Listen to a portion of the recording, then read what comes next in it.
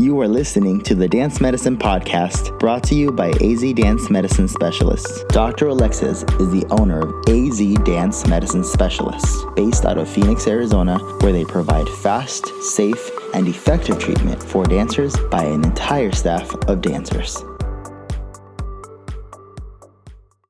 Hi everybody, welcome to the Dance Medicine Podcast with Dr. Alexis. Today we're going to be talking about how and why AZ Dance Medicine Specialists was started and what to expect from our podcast. Without further ado, take it away, Dr. Alexis. Hey everybody, Dr. Alexis here from AZ Dance Medicine Specialists. I want to welcome you all to our podcast. This is episode number 1. Woohoo! That lovely intro was brought to you by our co-host, Angel Castro. So say hi to the dance world, Angel. Anyway, I'm super excited to be starting this podcast. And so like Angel said, what we're just going to talk about today is just a little history about myself and about AZ Dance Med. And we're going to finish it up with what we hope to bring with this podcast and what we hope to give to you and to the dance community as a whole with the podcast. So yeah, I'll just go ahead and get started with me. Very briefly, I'm originally from Virginia. Where are you from originally, Angel? Well, I'm originally from Sonora, Mexico, but I was born and raised here. That was like a blip in time. So I was really born, I just am from Arizona. Okay, fine, Arizona. I went to PT school from 05 to 08, grew up dancing. I'm classically trained, mostly Vaganova style ballet, and got my bachelor's in physical education with a minor in exercise science. That was in 01. And then went to PT school, like I was saying, from 05 to 08.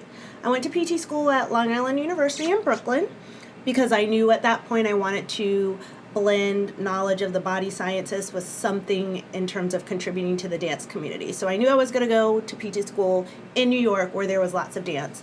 And I did a lot of interning and a lot of working with pre-professional, professional dance companies all through my studies in PT school.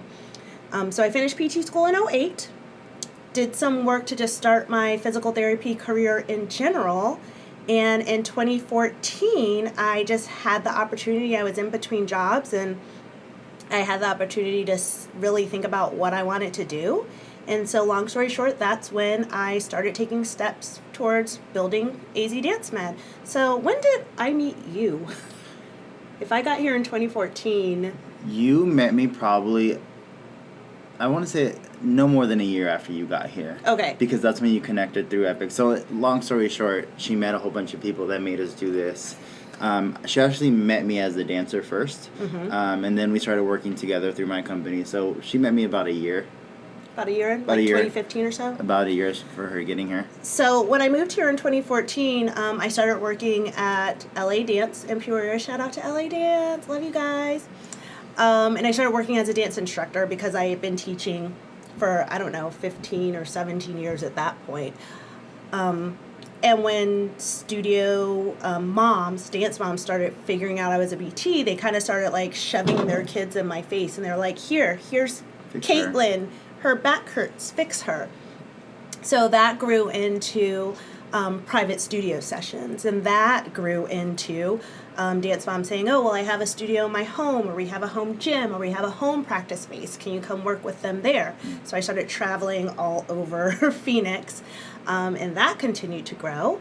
And then in 2018, we opened our first clinic space. It was about 250 square feet. It was one continuous space, and that's where I kind of got started in terms of having people come to a central location. In October 2018, we bumped up from 250 to 550 square feet. Doubled. And then in May of 2019, so just a couple months ago, we signed the lease on our current space, which is 1,350 square feet. Woo woo.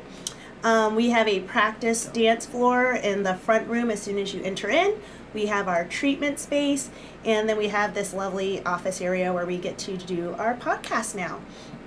So aside from that, AZ Dance Med does treat dancers across all genres, all ages, all performance levels, with whatever your needs are in terms of injury or just wanting to maximize your performance. If you're struggling with certain movements or certain technical issues, we do dance coaching, so you don't necessarily have to be injured to come see us. Our sister company, which is AZ Dance Med, with the emphasis on the ED, is our wellness education division. And that's actually how I met Angel. I was working in the community at a workshop event with Epic Dance Company. Shout out to Epic. Hey. And they were hosting a workshop, and we had an information table at their event. And Angel was a member of Epic Dance Company. So that's how we met originally. He's just come on board in since May of this year. Yeah. And he's been a blessing to me and a blessing to AZ Dance Med.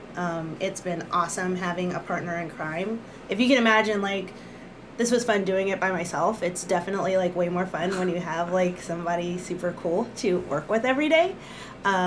So yeah, that's in a nutshell, kind of like how I developed as a PT, how AZ Dance Med came to be, and what we're doing right now. So yeah, I feel like that's about it. We've been traveling all over the country. We just got back from San Francisco. San Francisco, Bay Area. Yeah, San Francisco, San Rafael. Sorry, my California geography is like the worst. I'm learning. But we just came back from there. We've been to upstate New York. We've been to California, Southern California. Virginia, of course. Virginia. We got to represent our home state. Been to the Carolinas. We're about to hit up Atlanta in October. Michigan. I feel like I'm forgetting something. Sorry, she doesn't mean to. She's just working on how to take over the dance world yes. all the time. But our education division allows us to travel and do workshops and seminars all across the country, which has been, again, another blessing and, like, super wonderful. I love, like, meeting all the different dance kids and all the different instructors, and doing workshop training courses and stuff like that. But why do we do the podcast? We are doing this podcast to just have another opportunity to connect with the dance community. We wanted another opportunity to give information, to give insight, because I think one of the number one things, like when people ask me why I created AZ Dance Med, and it's kind of turned into my mission, the number one thing that I've said over the last couple of years is I ultimately created AZ Dance Med because I was tired. And they look at me kind of weird, and I was like, I was tired of, like, hearing frustrated dancers and frustrated parents and frustrated instructors say that they've gone to a doctor or another physician or a chiropractor, and that medical profession or that medical professional, not to discredit them, they got to a point where they didn't know what to do in terms of helping that dancer get back to dance at the level that they needed to be. So they were feeling stuck. The dancers were feeling stuck. They were feeling helpless. They were pretty shook when somebody told them to just stop dancing, whether it was for a week or two or to give up their career over things that I knew could be fixed or could be helped. That's kind of like that thing with your thigh that you've been battling with. Before he came on as my partner in crime, he was actually a client. Yeah. So tell him a little bit about that. Well, I mean, it's kind of cool. It's really cool, actually, because as a dancer, our threshold for pain is different. We all know, as if you're a dancer watching, you know that we want to get back on stage, and we'll stay on stage even if we're injured, which is not a good thing. You want to get taken care of sooner, faster than later, because the longer you take, the harder it is to get fixed. FYI. But but really, it's really cool because you know that you're working with someone that is a dancer and that has extensive training, so knows exactly how to treat a dancer. Like, for example, I'm not going to go to a dentist for an eye appointment. So if you don't allow a dentist to treat your eyes, why would you allow just a general physician to treat your dance body? So dance medicine is very different than medicine. It doesn't discount either one, but but it's just it's a special field. And I think it's really cool that we have someone specifically here in Arizona. She's available everywhere, but it's cool that we have someone here locally that does specialize in us dancers, because again, we don't have time to be out for 6, 7, 8 weeks, 6 months, whatever the doctors might tell you, when again, our injuries are different. Our bodies will react different to the injuries. Our bodies will compensate very quickly because... Oh my gosh, guys, dancers are the best compensators. The best. Ever. Like, we always know that our brains are smart and our bodies are smart. There is not a smarter brain-body connection than in a dancer. We will figure out if the 51 has an accident on it and it's, it's backed up. The 10 will say, use me. The 10 will say, use me. And when the 10 is backed up, we will take a surface street so that we can keep dancing. And dancers' bodies and brains are so good at figuring out an alternate movement pattern until that pattern breaks down, and it'll find another and another and another. So it's been a wonderful, I keep saying blessing, but that's what it is. It's been a wonderful blessing that we're able to present and give a service to the community that gives that, what do we say in our motto, our fast, safe, and effective treatment for dancers by dancers. That's our motto, because that's what we focus on, and that's what we live by. Real funny, you just mentioned a second ago dance medicine, and when I took on, or when I committed to starting this podcast, I always think about definitions, because that gives me a good foundation for the decisions I make. So I was like, how do you define medicine? So I actually Googled it. And so for those of you guys who always want references, I Googled define dance medicine in the search bar. I Googled it on July 26, 2019. So she's not lying. There's notes right here. Yes, I wrote it down. So if in the future you look it up and you can't find it, you should have looked on July 26, 2019. But here's the interesting thing. It defined medicine. I'm just going to read it off my computer screen because I want to make sure I get it right. It says medicine is the science or practice of the diagnosis, treatment, and prevention of disease. And it goes on to say, in technical use, medicine is often taken to exclude surgery. Exclude surgery, which I thought was, honestly, when I read it, I thought it was mind-blowing. That even the concept of medicine defined says or wants surgery to not be an option for you.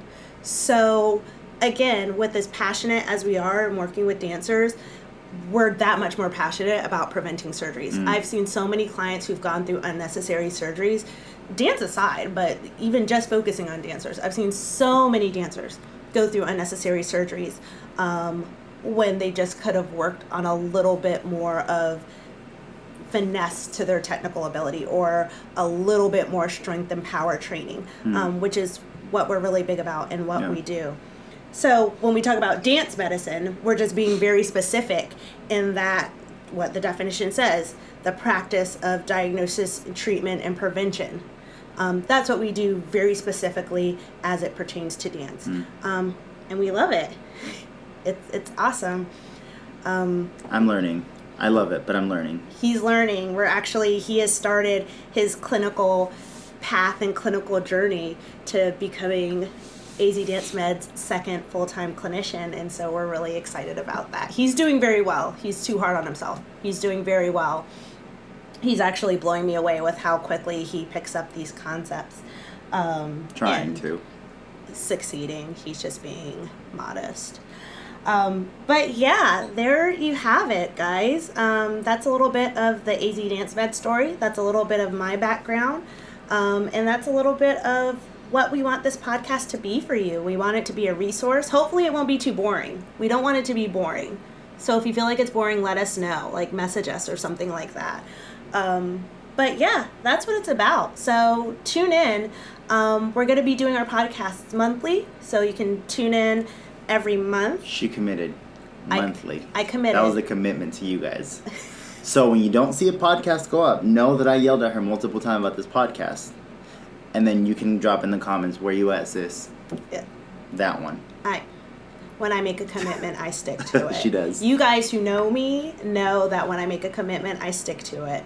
So anyway, she does. Look for our podcasts monthly. We're going to be talking about awesome, like, fun things. Actually, I'll give you a heads up on our next couple of episodes. So our next episode is going to talk about kind of like the top 10 things that people usually seek us for. So if you are one of those people that has something like plantar fasciitis, or you've been told that you've had plantar fasciitis or Achilles tendonitis or back pain that doesn't go away, we're going to kind of talk about some of those things. You don't have to be in pain to come see us. Nope. You don't. That's something else. So we're going to talk about that in an episode. Oh my gosh, episode number 4. Okay, because 4 is my favorite number. Don't ask me why. It just is. Because Beyonce likes it. That's why. Because Beyonce's favorite number 4. That's why. I mean, they got married on 4 something, I think. But she likes number 4. I do. Number 4 is my favorite number. So episode number 4 is one of my favorite topics. We're going to talk about the hidden signs of core weakness in dancers. Oh my gosh, I love talking about this because it's the things that when you're a dancer you get called out for all the time. They're not technique related, and you can't fix it. You can't get rid of it. And I'll show you an example. It's people who dance like this.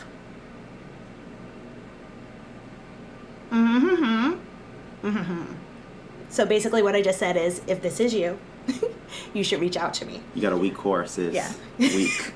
So we're going to talk about some other hidden signs of core weakness as well.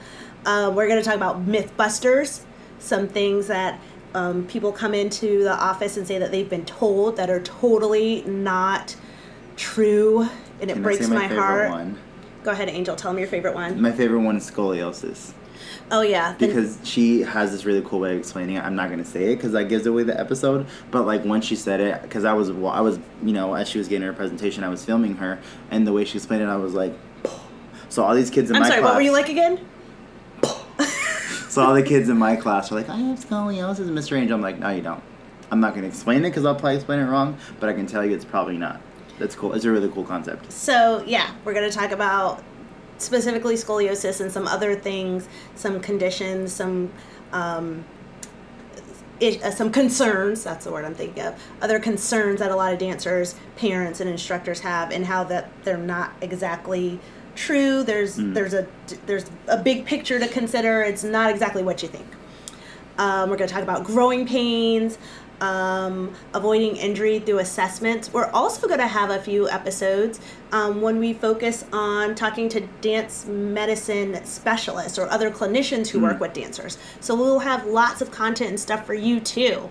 Aside from parent-specific episodes, we're always passionate about talking to instructors and making sure that they are knowledgeable in recognizing and managing injuries. We just have like a whole lot of stuff. I think our plan out so far, I think we've got like over 50 episodes. So we've got a lot of stuff to get. He didn't even know that, probably. I didn't. You saw that look. Yeah, I got notes. I'm organized. I got notes. Yeah. It's really cool. So this podcast it's because it really does take a community to change patterns.